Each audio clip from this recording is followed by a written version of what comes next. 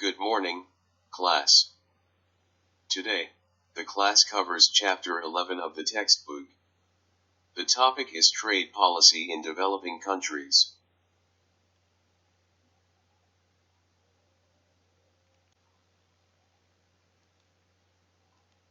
The final two chapters on international trade, Chapters 11 and 12, discuss trade policy considerations in the context of specific issues.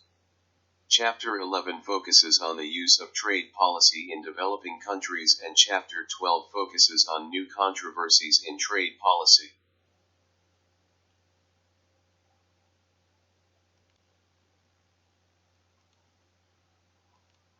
Although there is great diversity among developing countries, they share some common policy concerns.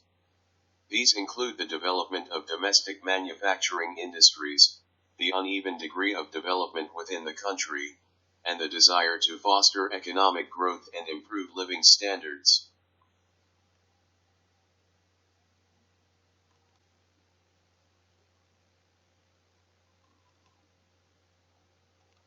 This chapter discusses both the successful and unsuccessful trade policy strategies that have been applied by developing countries in attempts to address these concerns.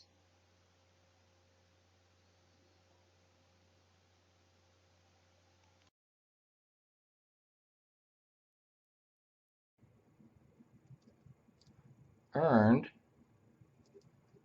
by foreign producers who import goods. Okay. Now there will be fewer imports, so there were 200 less imports as a result of this quota, because remember there were 300 and now there's only 100, which means imports have decreased by 200. Okay, so some of the foreign producers are not going to be able to import their goods.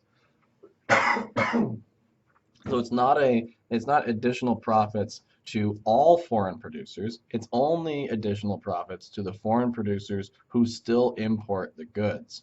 Okay, and so the argument that developing countries will use is the same as before. They'll use the infant industry argument.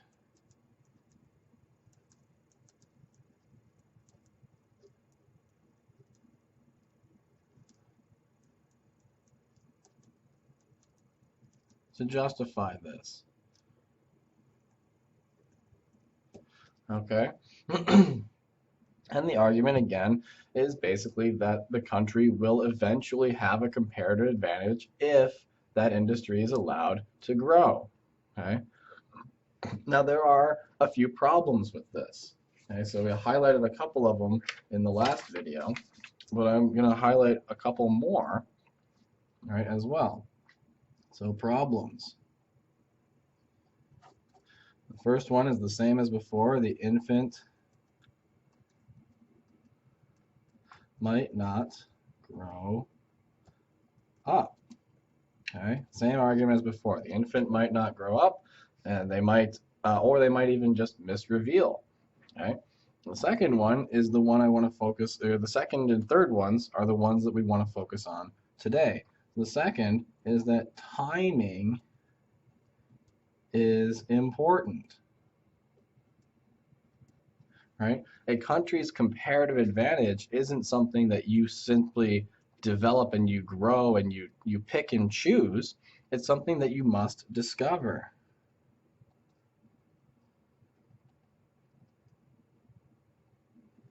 Okay? So there's little sense in actively trying to grow a comparative advantage in something if you don't currently have one in that industry. Right? So think about, what if the United States were to try to develop a comparative advantage in producing cars in the year 1800, right? That wouldn't make sense at all because cars didn't exist, right? And it was even before the Industrial Revolution. So lots of things about that wouldn't make any sense at all, right? But today, we have a comparative advantage in making cars. We export plenty of them. Okay. And so what happened over time is we discovered that we were good at producing cars and we produced cars. We didn't choose to be good at cars. We discovered that we were good at them. Okay. And that's a thing that you have to discover on your own. Every country is going to have a comparative advantage in something, but to try to actively pick it and to choose it, ex ante or before the fact can very easily lead to serious problems. If Antarctica decided to have a comparative advantage in growing corn, they'd find out that that wasn't such a great idea. Corn doesn't really grow in the freezing tundra. Okay. And the third one that that I want to present to you is that there may be, or the bad may be masked by other responses. Okay, so let's say that if we protect the car industry, so we protect the car industry, right, that can very easily and is likely to be deleterious or growth inhibiting. Okay, if we protect the car industry, what might happen is the steel industry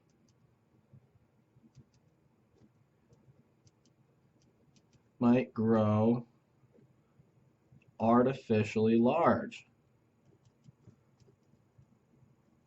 in its efforts to support the car industry. So the domestic car industry will likely be buying steel. Domestic steel is geographically closer than foreign steel.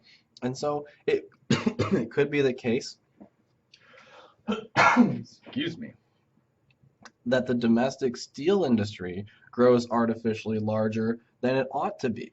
Okay? And that represents wasted resources, resources that are not going to their highest valued use. They're instead going to this artificially high valued use. Okay? And the removal of protections from the car industry would then have, so correcting the problems of protecting the car industry would have spillover effects on the steel industry as well, compounding the problem.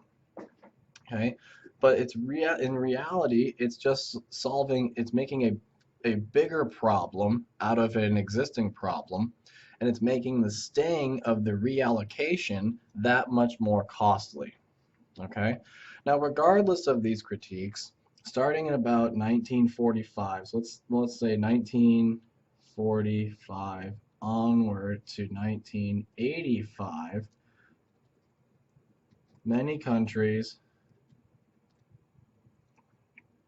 engaged in this import substitution policy or policies. Okay.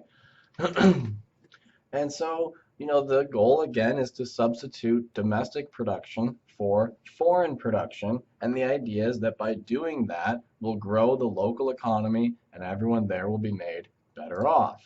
Okay. Now, let's think about whether or not that worked. So here's the question. Are there still poor countries in the world? And the answer is yes. Okay. So it turns out that by speeding up economic development, or by attempting to speed up economic development, it didn't actually work out very well. In fact, a lot of people argue that it leads to massive corruption within these developing countries. And in several cases, it's even led to increasing economic inequality. Okay. And the big problem with this is that the reason why these industries don't exist in developing countries in the first place is because of a lack of underlying factors. Okay, so to have manufacturing,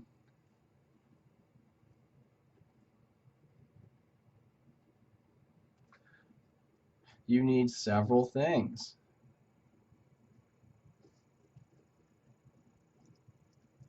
Okay.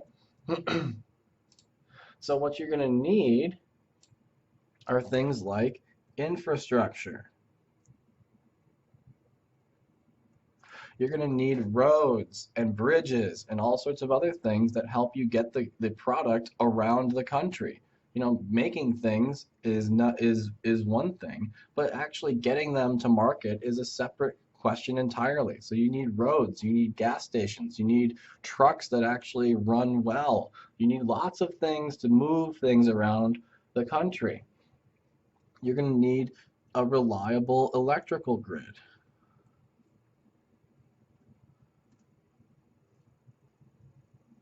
Right? Without a reliable electrical grid, you're going to have a very hard time actually producing the goods. Okay?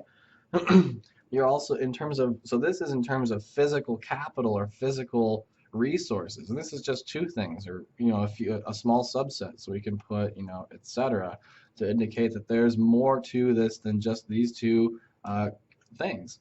But you're also going to need skilled labor. And you're going to need entrepreneurs. And you're going to need managerial competence.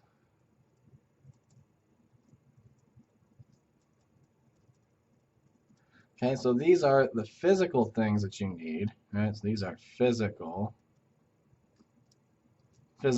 demands or needs or requirements. And these are more human capital. Right? Now, I want to point out that we're using the phrase skilled labor or managerial competence, right, in this instance. This is not to say that developing countries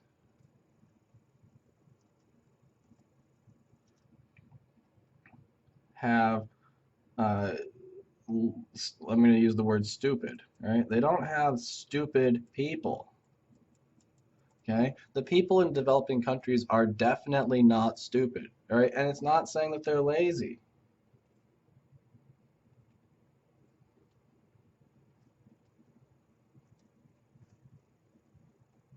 Okay? So they're not stupid and lazy. They're not ignorant, right? They just don't have any experience doing this. So just like I have no experience running a business, so I have very low managerial competence. It doesn't mean that I'm stupid. There's lots of things that I can do as well. Okay, I don't have the ability to take apart an engine and put it back together, but several people in developing countries can do that very easily, right? So these are particular skills that are lacked, and this is a particular knowledge that people lack.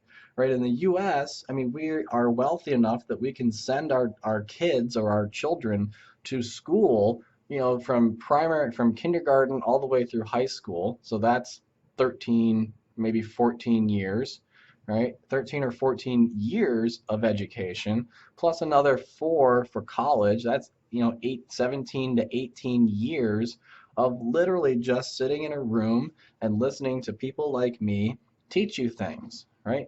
Other countries aren't wealthy enough to afford that.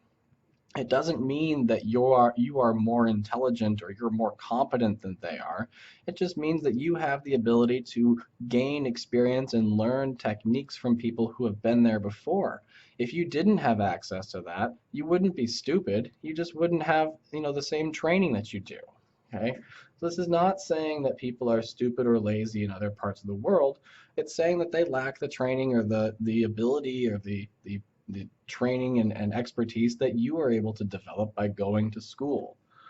Okay, so there could be a lack of underlying factors.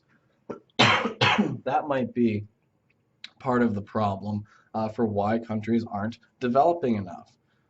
Alternatively, it could be the case that trade policies. So the another explanation for why growth from 1945 to 1985 didn't occur is that trade policies were convoluted or otherwise confusing.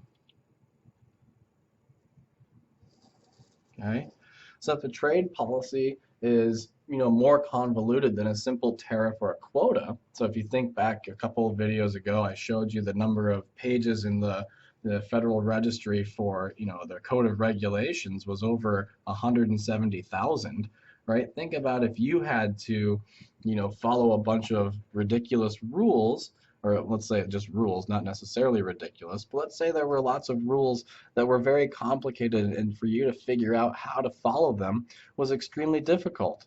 It might be the case that it's too difficult or too expensive for you to figure out how to operate, and so you just simply don't. Okay, so there could be overlapping, contradictory, or otherwise confusing policies to try to accomplish, development goals that make the paperwork associated with doing business entirely too tedious to be worth the person's effort. Okay, now, so since 1985, another sheet. So since 1985,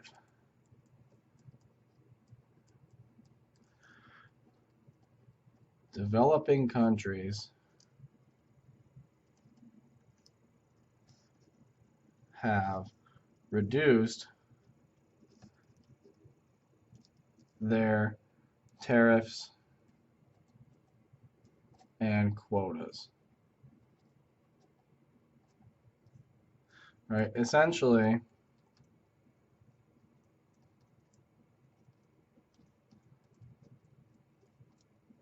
they've opened their borders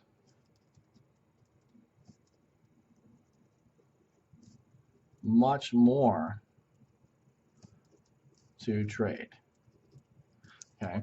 Now, this is not an argument that says that they should open them completely or anything. So remember, there may be an optimal tariff or quota rate. Okay, so we're not making that argument. Okay, but what's happened is tariff rates have fallen, quota rates have fallen. Okay, so the most striking example of this that I was able to find is to look at India. In 1985, their tariff rate was close to 100%. Okay, and today it's about 10%.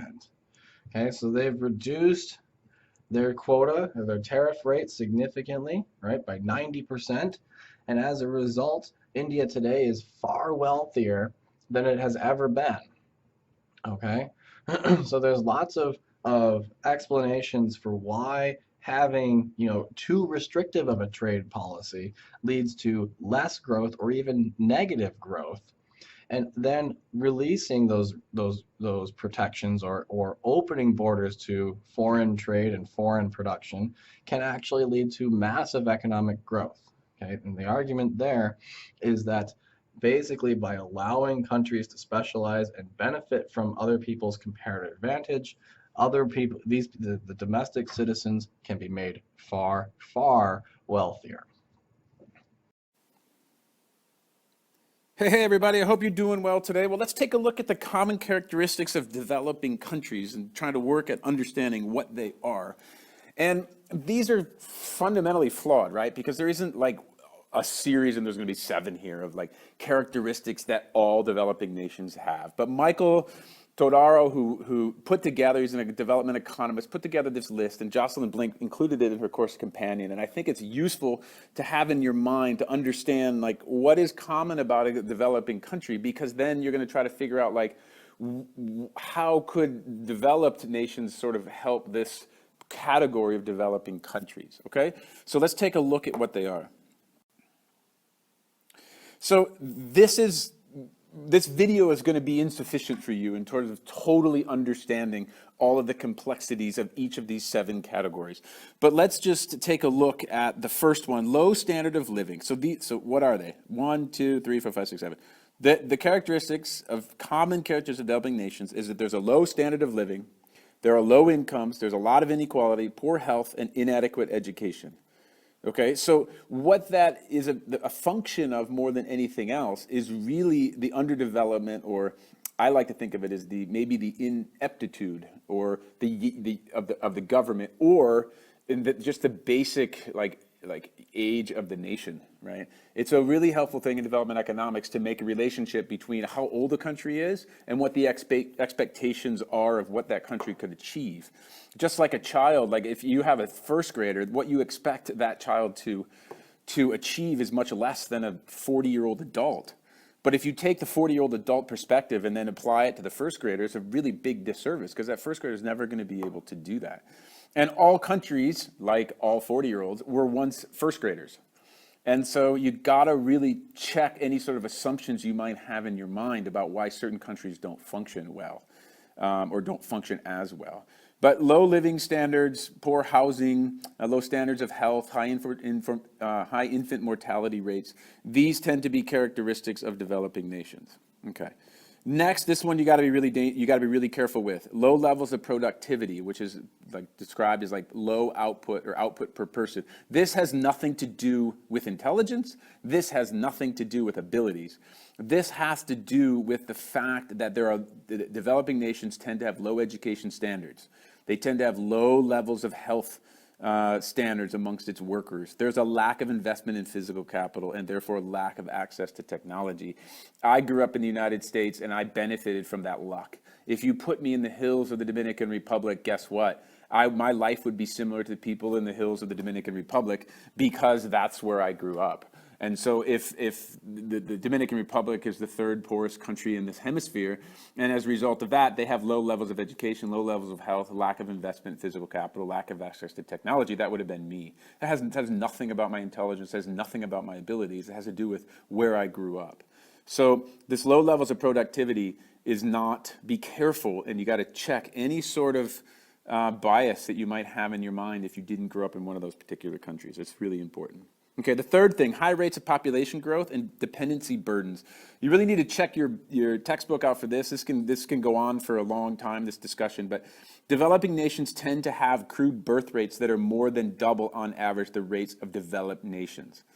Right, so Jocelyn Blinks provided us with this statistic. The crude birth rate is the annual number of birth rates per 1,000 people in the population. The world average in 2005 was 20.15, but in some developing countries it can be as high as 50, right? So higher birth rates create dependency burdens, and what that means is that if you have high birth rates, then you're going to have more children dependent on adults in a less developed nation than you would have in a more developed nation. If less developed nations have higher birth rates, then you're going to have more young children per adult than in a developed country. And as a result, since those people aren't productive, right, because they're children, for society economically, there's a higher what they call child dependency ratio.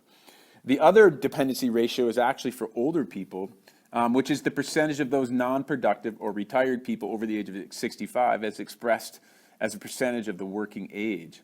And take a look into this more closely.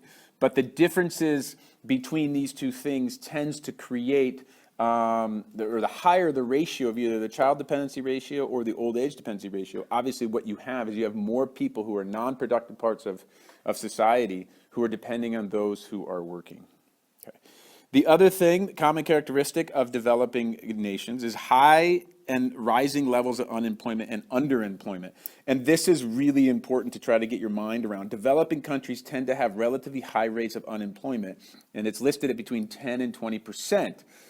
But really, if you were to have the luxury of being able to travel to some more less developed nations, you would realize that there are a lot of people who wouldn't be calculated into that unemployment rate, right? First of all, those who have been unemployed for a long period of time may not be searching for a job, so they're not considered to be part of the unemployment rate. Secondly, there's hidden unemployment, right? Those who work a few hours in the day on a family farm or in a family business or in a trade of some sort they don't show up in the unemployment rate or as unemployed. And the other thing is people who are underemployed, right? The third thing is those underemployed, which would be those who would like full-time work, but they only get part-time work, right? And it's said that in some developing nations, actual employment rates might be around 50%. Okay, so the other thing is in agrarian society, you don't go get a job, right? If you're primarily an agrarian society, it's people are working on their own farms, growing their own food to survive. Are they unemployed? Well, No, because there's no job that they're trying to get, yet because they're working for themselves. Okay. The fifth thing is substantial dependence on agricultural production and the primary market exports. Developing nations tend to function in this like primary market, which has to do with agricultural or the extraction of raw materials from their countryside, right? And what that means is they're not producing their own things, right? They're not manufacturing, which is a secondary level of economic development. A tertiary is when you get into, of course, like consulting or something where you're giving expertise. So there's a substantial dependence for developing countries on agricultural production. The sixth thing is this prevalence of imperfect markets and limited information. This is kind of a more sophisticated development or economic idea. But the idea here is that developing countries may lack the necessary factors that enable markets to work efficiently. This could be a developed legal system. This could be a lack of infrastructure, right? This could be lack of accurate information. I know from my years as a Peace Corps volunteer in the Dominican Republic, there are 3 seasons of beans. You can grow beans 3 times a year, and all of the men in my little community of 30 homes where I lived would all of a sudden get really excited because they're going to plant their beans because the price of beans right before the bean season was really high, and therefore they anticipated that when they had the harvest in 45 days of beans, that they would get a really high price. Except what the lack of information they had due to education and just lack of information in general is that beyond their scope of like 30 men who are growing beans, there's thousands of other campesinos, country folk growing beans as well. So by the time they all got their harvest, well, what happened to the price of beans? Of course, it collapsed. Okay, so lack of that kind of information or lack of a developed legal system where the contracts don't matter is a common characteristic of developing nations. And then the last one is dominance, dependence, and vulnerability in international relations. And in almost all cases, developing countries are dominated by developed countries because of the economic and political power of the developed countries. This could be as a result of tradition, whether it's a colonial power, that had power over a developing nation at one time. But it's oftentimes it's not really possible for economically small developing countries to isolate themselves from world markets. And for these reasons, developing countries are vulnerable on the international stage. What can they do? They're like little guys out there, right? It's like a first grader trying to compete with a 40-year-old in some sort of economic trade. They're not really going to be able to do it. So all of these factors are characteristics of developing economies and can also represent hindrances to economic growth and therefore possibly hindrances to economic development. Okay, so take a look at the bottom of the screen down below here in the discussion. You'll see a list of things. Use those as a way in which you can sort of categorize the information in your mind for development economics. All right, I hope you thought this video was helpful. We'll talk to you in a bit.